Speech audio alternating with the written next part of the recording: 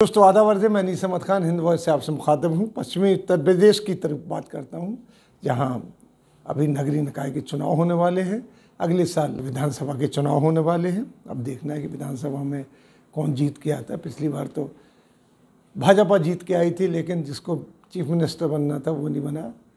मोदी जी ने योगी जी को chief minister बना दिया। पश्चिमी उत्तर प्रदेश के मेरठ जिले के मावी मीरा गाँव में मुस्लिम परिवार जो है दबंगों की उत्पीड़न से परेशान होकर गांव से पलायन करने लगी है। वहाँ से उन्होंने अपने घरों के बाहर हाउस फॉर सेल के नोटिस भी और पोस्टर भी लगा दी हैं।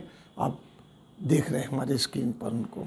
कुछ दिन पहले एक मुस्लिम की जो परचून की दुकान होती है छोटे छोटे गांव में, वहाँ पर एक गुज्जर समुदाय का आदमी, पहले हमारे यहाँ जर्नलिज्म में सिखाया जाता था कि हिंदू मुसलमान नहीं कहते, किसी जात से इन दंगों को किसी को नहीं जोड़ते, लेकिन अब इतने ज़्यादा होने लगे कि अब जोड़ने का मतलब बड़ा मुश्किल हो गया कि दंगा हुआ किसने किया। इसलिए तो कुछ दिन पहले एक मुस्लिम परचून की दुकान थी, उसमें एक गुज्जर समुदाय के कुछ नौजवानों ने कुछ सिगरेटें खरीदी और जब पैसे मांगे दुकानदार ने मात्र 20 रुपये, तो उन्होंने फायरिंग कर दी, दुकान में घुस गए और रात में उसके घर का दरवाज़ा तोड़ के वहाँ घुसे। वहाँ भी बदतमीजियाँ हुई। जब इसकी रिपोर्ट करने को मेरठ गए तो मेरठ उनका से छोटी मोटी पुलिस स्टेशन कहा गए, छोटी मोटी घटनाएं होती रहती हैं, इस पर ध्यान नहीं देते हम लोग, और छोड़ दिए गए। उन्होंने इसके बाद लखनऊ में भी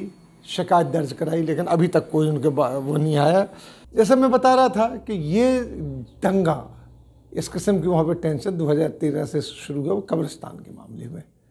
उसके बाद उसका मामला शांत हो गया, लेकिन ये टेंशन वहाँ पे मौजूद रहा और आपस में कभी झड़प नहीं हुई। लेकिन अब इस तरीके से झड़पें होने लगी हैं कि तंग आकर वहाँ के जो 40 परिवार रहते थे, सबने अपने घर फॉर सेल लगा दिया है। अब वो छोड़ के जाने वाले हैं।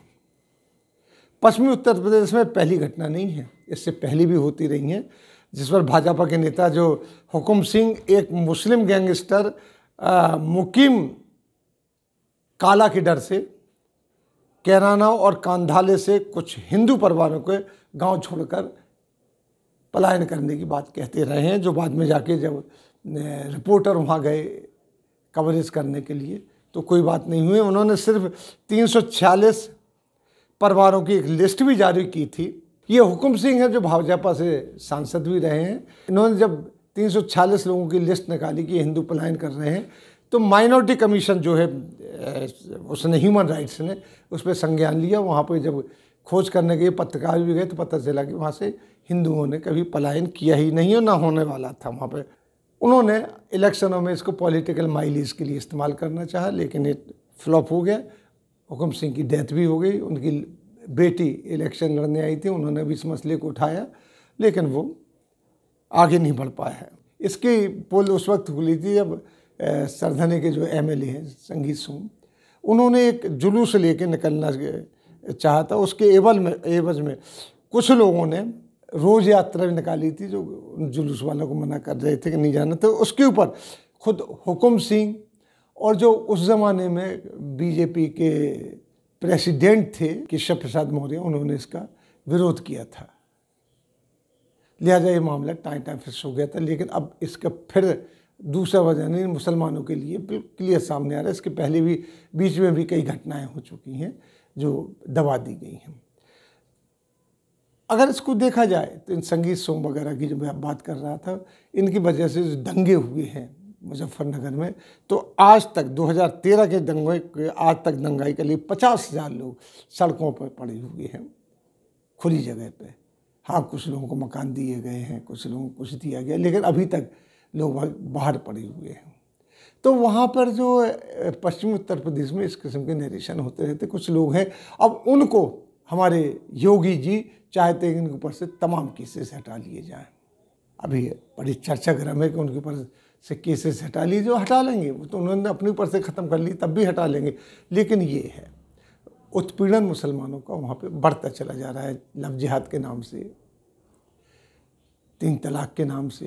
वैसे लव जिहाद को तो इंतहा हो गई कि 1 महीने के अंदर कम से कम 56 लोगों के ऊपर केस दर्ज कर दिए गए, जैसे पुलिस पहले से ही लिस्ट बना के रखे हुए थी। तो ये एक उत्पीड़न है। ये सब योगी जी जो अपने आगे आने वाला इलेक्शन है इस साल नगर निकाय को, उसकी में अपनी साख बनाने के लिए, इज्जत बचाने के लिए कर रहे हैं, और बाकी अगला कदम उनका आगे 2022 में होने वाले चुनाव के लिए तरफ है। बड़ी गलत घटना है, बड़ी हृदय विदारक घटना है कि एक आदमी अपना जन्म स्थान छोड़ के भागने पर मजबूर हो जाए। ये यूपी में चल रहा है। इसी के साथ हम आपसे लेते हैं विदा। अगले अंक में फिर हाजिर होंगे, तब तक के लिए दीजिए हमें इजाज़त।